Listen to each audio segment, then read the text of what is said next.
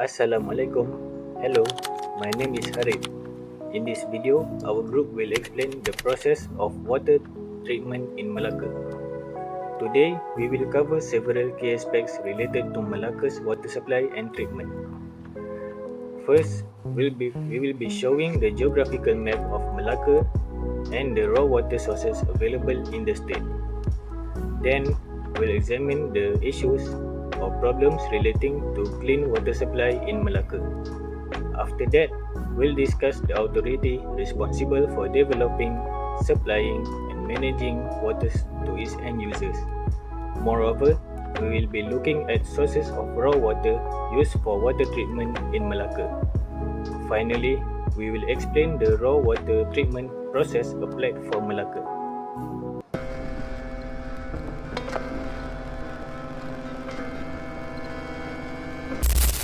Let's begin by taking a look at the geographical location of Malacca.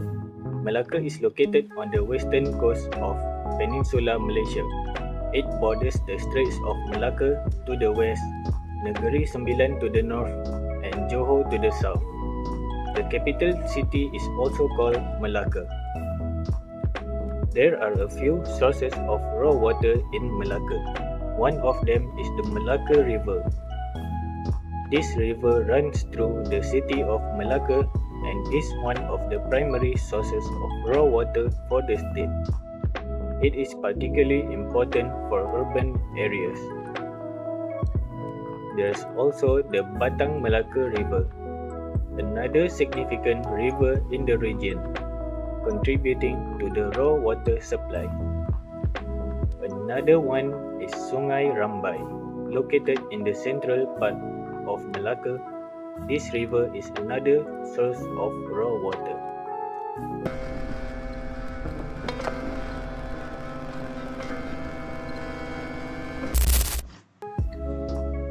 Assalamualaikum warahmatullahi wabarakatuh. My name is Ahmad Hafiz bin Muhammad Hafizan. Today I want to share about the issues or problems relating to clean water in Malacca. First, pollution in Key River, Sungai Malacca. This river, vital for local communities, have been found to contain an average of 569 microplastic particles per liter. Predominantly black color fragments made of polyamide and polyethylene terephthalate were identified, indicating substantial plastic pollution affecting water quality. Next, Sungai Batang Malacca. Serving as raw water source for the Gadik water treatment plant, this river has experienced pollution from aquaculture, effluents, and sand mining activities. In 2016, the river's water quality was classified as Class 4, improving to Class 3 by 2017, yet concern persists regarding ongoing contamination. And then Sungai Kesang, pollution from industrial, agricultural and oil palm activities upstream has led to acidic water condition pH 3 to 4, complicating water treatment process and necessitating additional neutralization efforts. Next, go to next point, water supply constraints. Malacca reliance on external source for raw water, particularly from Johor via Sungai Muar, has been a long-standing issue.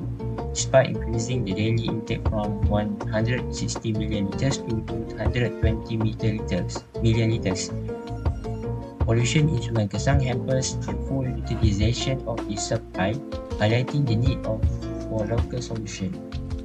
Next point is infrastructure challenges.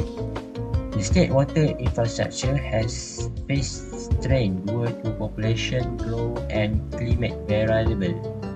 For instance, the Jernih Dam project, initially cancelled in 2017, was reviewed to bolster water security. However, additional funding is required to complete the project, indicating ongoing challenges in infrastructure development.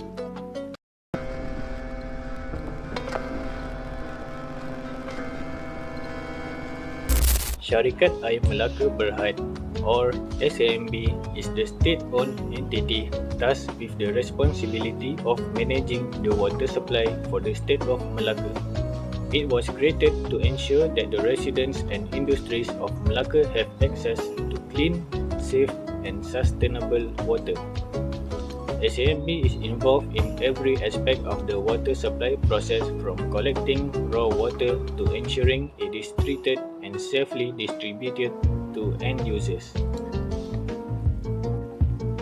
SAMB manages raw water sources like the Melaka River, Batang Melaka River, and dams such as the Durian Tunggal Dam and Jasin Dam, ensuring a reliable supply of water for treatment. SAMB operates water treatment plants to treat raw water using processes like filtration and disinfection to ensure the water meets health and safety standards before being supplied to the public. SAMB distributes treated water through an extensive network of pipes, reservoirs, and storage facilities, ensuring that clean water reaches homes, businesses, and industries across Melaka.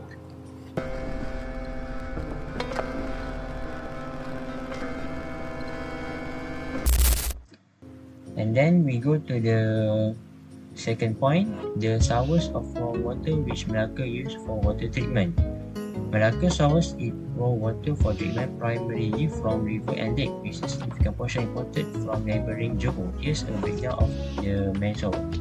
Sungai Melaka or Melaka River, historically a key source, though pollution level have limited its use, pointing high level of microplastic and solvent runoff. Second, Sungai Batang Melaka supply raw water to the Galit water treatment plant affected by pollution from aquaculture and sand mining. Next, Sungai Kesang.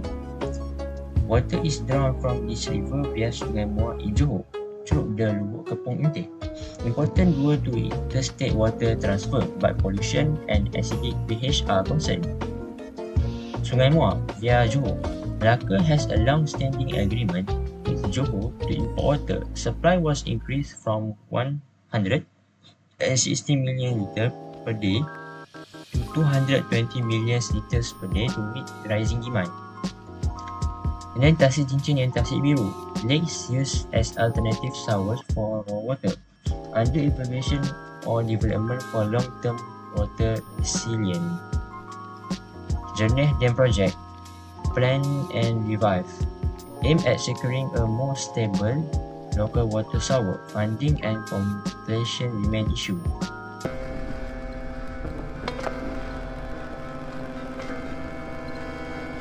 So, the next point is raw water treatment applied in Melaka. This is the third point in the question. First, aeration, introducing air to remove dissolved gases and volatile compounds. And then we use coagulation and flocculation, adding chemicals to aggregate suspended particles into larger flocks for easier removal. And then sedimentation, allowing flocks to settle at the bottom of the tank. And then filtration, passing water through filters to remove remaining particles. And then pH adjustment, correcting pH levels to meet safety standards. And then fluoridation, adding fluoride to prevent dental issues. And then chlorination, disinfecting the water to kill pathogens by adding chlorine. Yes. And that's all for me now. Thank you.